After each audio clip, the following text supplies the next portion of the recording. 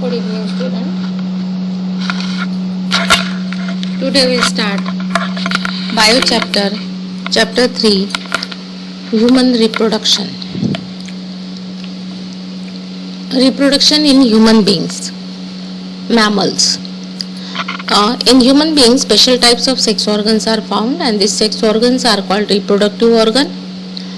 And all these reproductive organs together called reproductive system. तो human beings में क्या होता है कि जो सेक्स ऑर्गन्स होते हैं वो ऑर्गन्स एक सिस्टम फॉर्म करते हैं जिसको हम बोलते हैं reproductive system. And human beings are the most evolved organism amongst mammalia group. तो मैमेलिया ग्रुप का सबसे क्या बोलेंगे मोस्ट इवॉल्व्ड ऑर्गेनिज्म जो है वो कौन है? Human being. और ह्यूमन बीइंग्स का और एक क्या बोल सकते हैं कैरेक्टरिस्टिक फीचर है कि यहाँ पे both the sex organs are found in separate bodies, that is male and female. यहाँ पे बाइसेक्सुअल ऐसे कुछ होता नहीं है. यहाँ पे क्या है कि एक सेक्स ऑर्गन्स सेपरेट रहते हैं मेल और फीमेल के. Male sex organs produce sperms and female sex organ produces egg. तो मेल सेक्स ऑर्गन क्या प्रोड्यूस करते हैं? स्पर्म. और फीमेल सेक्स ऑर्गन प्रोड्यूस करते हैं eggs. The organism in which male and female sex organs are found in separate individual.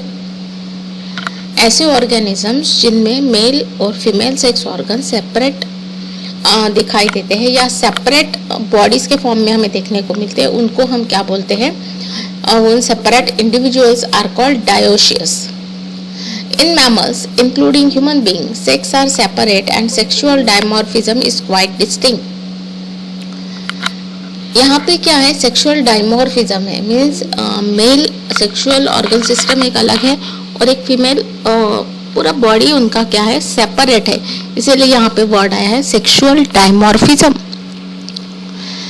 अब बात करते हैं फीमेल रिप्रोडक्टिव ऑर्गन सिस्टम की. अब female male reproductive organ system में जो प्राइमरी सेक्स ऑर्गन होता है वो है टेस्टिस और फीमेल में होता है ovaries. Male produces male gamete that is sperm and female gamete produces ova. Human beings कैसे है? विविपैरस है, ओविपैरस नहीं है. ओविपैरस मीन्स क्या है कि एक के थ्रू रिप्रोडक्शन होना. और यहाँ पे ह्यूमन बीइंग्स विविपैरस है, means they give birth to young one. अपने जैसा ही एक नया और क्या करते हैं ये एक बेबी फॉर्म करते हैं. They give birth to young one. Major events takes place during this reproduction. अब ये जो रिप्रोडक्शन होता है इसमें जो मेजर इवेंट्स आती है या मेजर स्टेप्स आती है वो कौन सी है उसको हम एक बार देख लेते हैं. पहला है गमेटोजेनेसिस. गमेटोजेनेसिस में formation of gamete that is sperm and ovum. Sperm form होता है मेल गमीट में और ओवा फॉर्म होता है definitely in female gamete. Then next आता है इंसेमिनेशन. इंसेमिनेशन का मतलब होता है transfer of sperms into vagina. वहाँ पे स्पर्म ट्रांसफर होते हैं क्या बोल सकते हैं रिप्रोडक्टिव ट्रैक्ट में. फीमेल के रिप्रोडक्टिव ट्रैक्ट में ट्रांसफर ऑफ स्पर्म होता है जिसको हम क्या बोलते हैं? इंसेमिनेशन. थर्ड पार्ट आता है, थर्ड स्टेप आती है fertilisation. Fertilisation means fusion of sperm and ovum to produce diploid zygote. ये हम flowering sexual reproduction in plants में भी पढ़े थे, फॉर्मेशन ऑफ जाइगोट. तो यहाँ पे स्पर्म और ओवा क्या होते हैं? उनका फ्यूजन होता है और वो प्रोड्यूस करते हैं एक zygote that is diploid zygote. और इस प्रोसेस को हम बोलते हैं फर्टिलाइजेशन. नेक्स्ट स्टेप आता है इम्प्लांटेशन. इम्प्लांटेशन में होता है that is development of blastocyst and it's attachment with the wall of uterus. तो ये जो आपका जाइगोट फॉर्म हुआ है उसका डेवलपमेंट होता है और फिर वो अटैच हो जाता है किससे? वॉल ऑफ यूट्रस से. क्लियर. नेक्स्ट स्टेप आता है आपका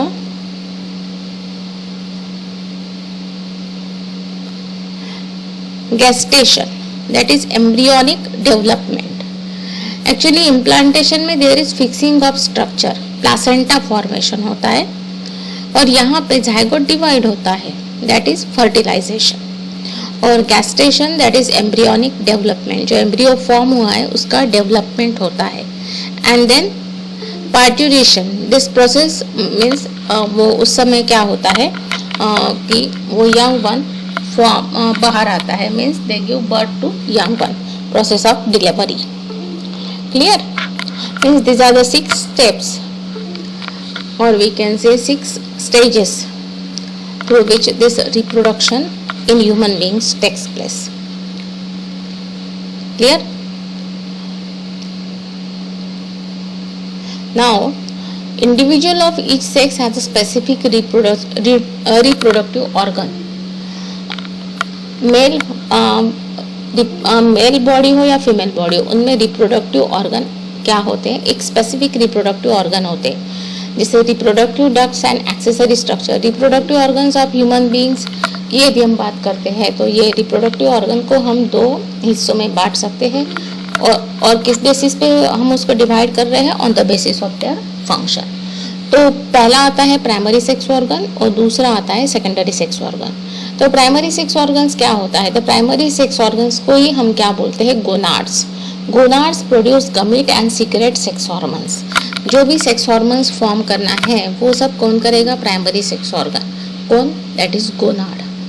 ये प्रोड्यूस करता है गमीट को. गमीट फॉर्मेशन होता है गोनाड्स के जरिए, प्राइमरी सेक्स ऑर्गन्स के जरिए. Gonads of male are term as testis, और मेल में उस गोनाड्स को बोला जाता है testis which produces male gamete that is sperm, और फीमेल में उसको बोला जाता है ओवरीज विच प्रोड्यूसेस ओवा और गमीट. तो प्राइमरी सेक्स ऑर्गन ये सबसे इम्पॉर्टेंट है क्योंकि ये क्या प्रोड्यूस करते हैं, सेक्स हार्मोन्स को.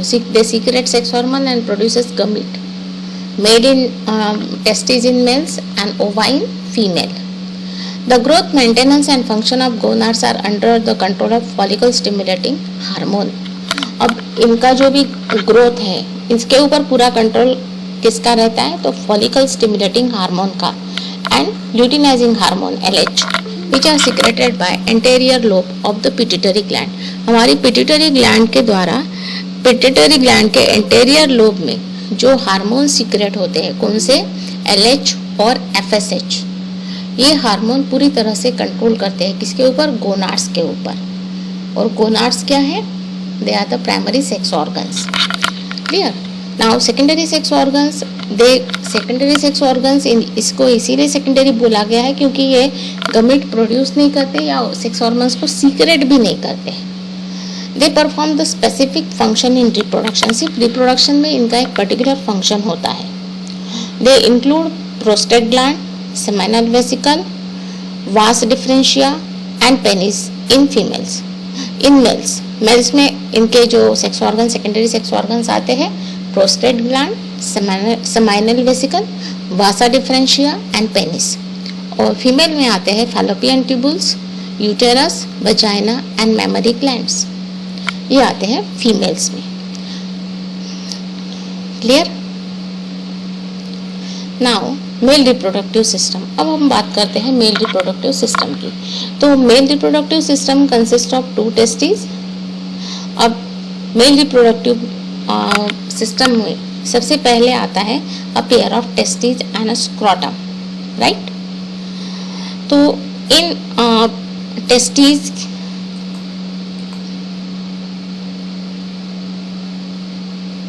सेकेंडरी सेक्स ऑर्गन्स का फंक्शन क्या है, this help in transportation, maturation and storage of gametes. Secondary sex organ जो आपके हैं, कौन से हैं सेकेंडरी सेक्स ऑर्गन्स, अभी हमने पढ़े सेकेंडरी सेक्स ऑर्गन्स. ज़्यादा सेकेंडरी सेक्स ऑर्गन्स कौन से हमने पढ़े हैं अभी, prostate gland, seminal vesicle, vasa differentia, penis. ये सारे जो मेल में सेकेंडरी सेक्स ऑर्गन्स है, इनका फंक्शन क्या होता है, मेल हो चाहे female, they transport, maturation and storage of gamete. Gamete को वो स्टोर करते हैं, उसको ट्रांसपोर्ट करते हैं और उसको मैचुरेशन स्टेज तक ले जाते हैं. दे असिस्ट इन रिप्रोडक्शन, रिप्रोडक्शन में वो हेल्प करते हैं. Getting clear?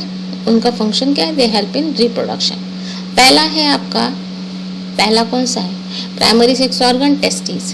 टेस्टिस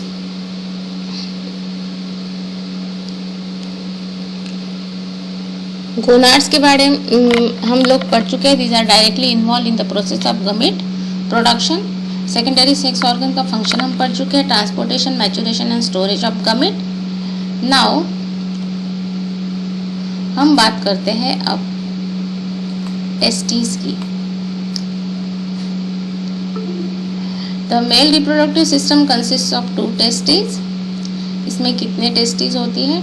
2 टेस्टिस होती है. In man test are 2 oval bodies about 4 to 5 centimetre in length and 10 to 15 gram in wait.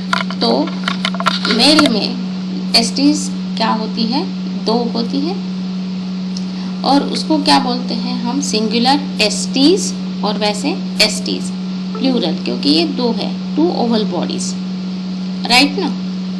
और उनका लेंथ कितना है? 4 to 5 centimetre and 10 to 15 gram in weight. Testes develop in the pelvic cavity of the fetus, but by the time baby is born, they descend out and lie in the pouch of a skin called scrotum. Actually, testes जो है वो कैसी है? Mails में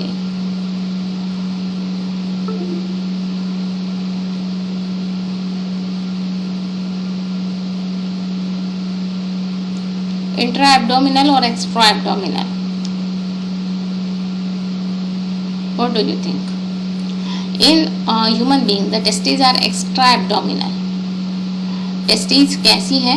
body के बाहर का part है, वो बाहर रहती है. Testes are extra abdominal and what is the reason? Because sperm production, then maturation, storage and survival. They require temperature. कैसा टेम्परेचर चाहिए इस टेस्टिस के सर्वाइवल के लिए? उसमें जो स्पर्म्स होते हैं उसकी सर्वाइवल के लिए 2 to 2.5 degree Celsius lower temperature. आपके बॉडी का जितना भी टेम्परेचर है उससे 2 से 2.5 डिग्री सेल्सियस कम टेम्परेचर आपकी उस स्पर्म का होना चाहिए, तभी वो क्या होंगे? सर्वाइव होंगे.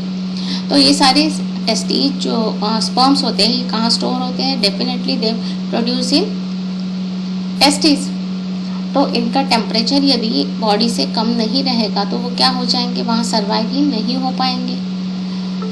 एंड वहाँ पे टेस्टिस और स्क्रॉटम हमने बोला था. तो स्क्रॉटम क्या है? They provide a favourable environment for healthy sperm. तो आपकी टेस्टिस को एक क्या करता है? वो एक फेवरेबल एनवायरनमेंट प्रोवाइड करता है, वो होता है आपका scrotum.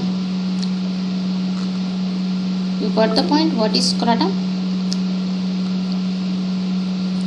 It is pouch of skin. Actually ये क्या है? स्क्रॉटम 2 थाई के बीच का एक पाउच ऑफ स्किन है जिसको हम स्क्रॉटम बोलते हैं. और ये इसका फंक्शन क्या है? ये प्रोवाइड करता है, क्या करता है? Favourable environment for healthy sperm. वो स्पर्म का जो सर्वाइवल है उसके लिए वो एक हेल्दी एनवायरनमेंट क्या करता है? प्रोवाइड करता है, वो है scrotum. Clear?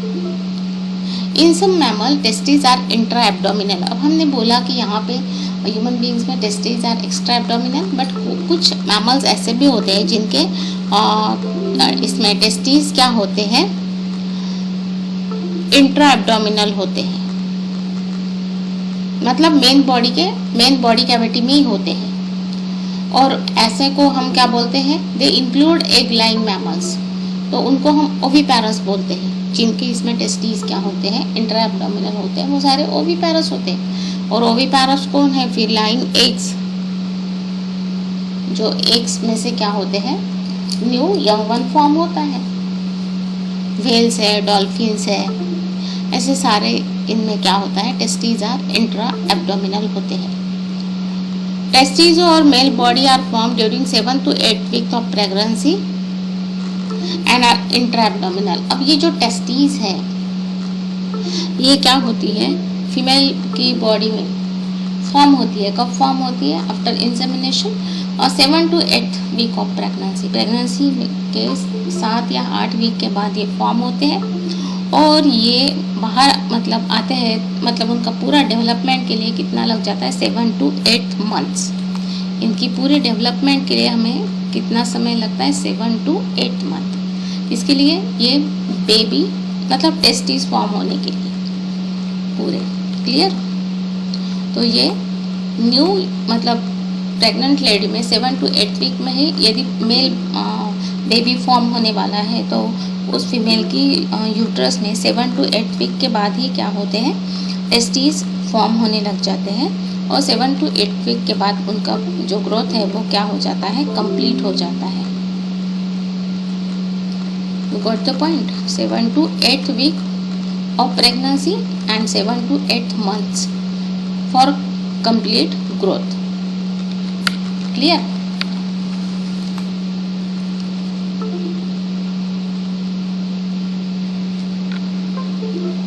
I think point is clear. Now, cryptorchidism. कई बार क्या होता है कि ये टेस्टिस जो है, जैसे प्री मैच्योर बेबी है तो उस प्री मैच्योर बेबी में क्या होता है, टेस्टिस जो है वो स्क्रॉटम में आते ही नहीं है, मतलब वो स्क्रॉटम में रहते ही नहीं है, वो अंदर ही रहते हैं बॉडी के अंदर। तो उसको क्या बोलते हैं, क्रिप्टोकार्टिज्म।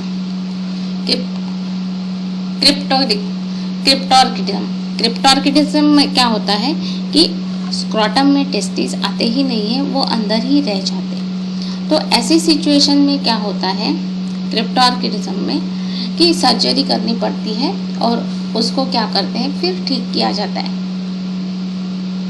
क्रिप्टोर्किडिज्म ये एक क्या है, एक बोल सकते हैं एक डिफेक्ट है जिसमें टेस्टिस जो है स्क्रॉटम में नहीं आती है और ये जनरली प्री मैच्योर बेबी में ये फॉल्ट देखने को मिलता है और उसकी जो सर्जरी होती है उसको बोलते हैं आर्चिडोपेक्सी। क्या बोलते हैं, आर्चिडोपेक्सी।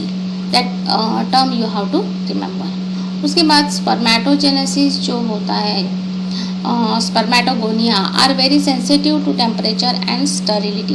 कभी कभी क्या हो जाता है कि ये जो स्पर्मेटोगोनिया जो होता है वो इंट्रा एब्डोमिनल में रहने से वहाँ पे क्या होता है, दे आर वेरी सेंसिटिव और अंदर का टेम्परेचर जो है, बॉडी के अंदर का टेम्परेचर ज़्यादा रहने से क्या हो जाता है, वो स्टेरिलिटी उसमें डेवलप हो जाती है। मतलब जो मेल बेबी फॉर्म होगा वो कम्प्लीटली मेल बेबी होगा, बट उसमें जो है स्पर्म फॉर्मेशन की कैपेसिटी नहीं रहेगी, स्टेराइल हो जाएगा। कभी कभी क्या हो जाता है कि सिंगल टेस्टिस फॉर्म होते हैं, मतलब दिखते हैं, या कभी मोर देन 2 टेस्टिस होती है, या इन्फ्लामेशन ऑफ टेस्टिस होता है। तो इस तरह से क्या होता है कि टेस्टिस प्री मैच्योर बेबी में कभी कभी ये प्रॉब्लम्स देखते हैं, तो उसको सर्जरी के द्वारा क्या करते हैं, ठीक किया जाता है। Once testis have migrated to scrotum can not go into the abdomen. Testis जब एंटर हो जाती है स्क्रॉटम में, उसके बाद वो बैक क्या हो नहीं सकती, एब्डोमेन में जा नहीं सकती, बिकॉज इंग्यूनियल कैनल गेट्स सील्ड। जहाँ से वो टेस्टिस एंटर होती है स्क्रॉटम में, उसको उस कैनल को बोला जाता है इंग्यूनियल कैनल, और वो कैनल क्या हो जाता है, सील्ड हो जाता है कुछ हफ्तों बाद due to formation of connective tissue. और फिर वो टेस्टिस क्या होती है, जो भी स्क्रॉटम में आ गई है वो बैक नहीं जा सकती है in case of intra abdominal, right. Due to improper closure of inguinal canal a loop of intestine can enter inguinal region. कभी कभी क्या हो जाता है कि ये जो आपका इंग्यूनियल कैनल है जहाँ से वो टेस्टिस एंटर हो रही है वो प्रॉपर क्लोज नहीं हुआ, तो ये प्रॉब्लम आ जाता है, and this is called inguinal hernia, और उसी को बोला जाता है इंग्यूनियल हर्निया। मतलब क्या होता है, इंटेस्टाइन का कुछ पोर्शन जो है उस स्क्रॉटम में अलॉन्ग विथ टेस्टिस आ जाता है, और जैसे ही वो यूरिनेशन होता है तब वो क्या होता है, फूलता है, तो डॉक्टर उसको रिकॉग्नाइज कर लेते हैं और उसको क्या बोलते हैं, hernia. Inguinal hernia increase pressure within the abdomen, a pre-existing big spot in the abdominal wall, straining during bowel movement और urination। ये क्या होता है कि जब प्रेशर एब्डोमेन में बढ़ जाता है, या pre existing week spot in abdominal wall, abdominal wall में कोई वीक स्पॉट है, तो उसकी वजह से क्या होता है कि इसका जो मतलब इसमें सूजन आ जाती है, and straining during bowel movement और urination, strenuous activity and pregnancy, chronic coughing और स्नीजिंग। प्रेगनेंसी के दौरान हर्निया है तो स्टर्नस एक्टिविटी, आपकी कोई एक्टिविटी ऐसी है, काफ़ी आप गर्मी में काम कर रहे हो, काफ़ी आप वजन उठा रहे हो, दैट टाइम हर्निया होने के चांसेस बढ़ जाते हैं। या ज़्यादा आपको कफ या स्नीजिंग की बीमारी है तब भी आप इंग्यूनियल हर्निया से क्या हो सकते हो, मतलब ये प्रॉब्लम आ सकती है, तो इसको ठीक सर्जरी के द्वारा किया जाता है। तो इस तरह से हमने आज टेस्टिस के बारे में पढ़ा। नेक्स्ट हम लोग पढ़ेंगे next part male reproductive organ का। Till then you read the chapter and any doubt ask me. Thank you.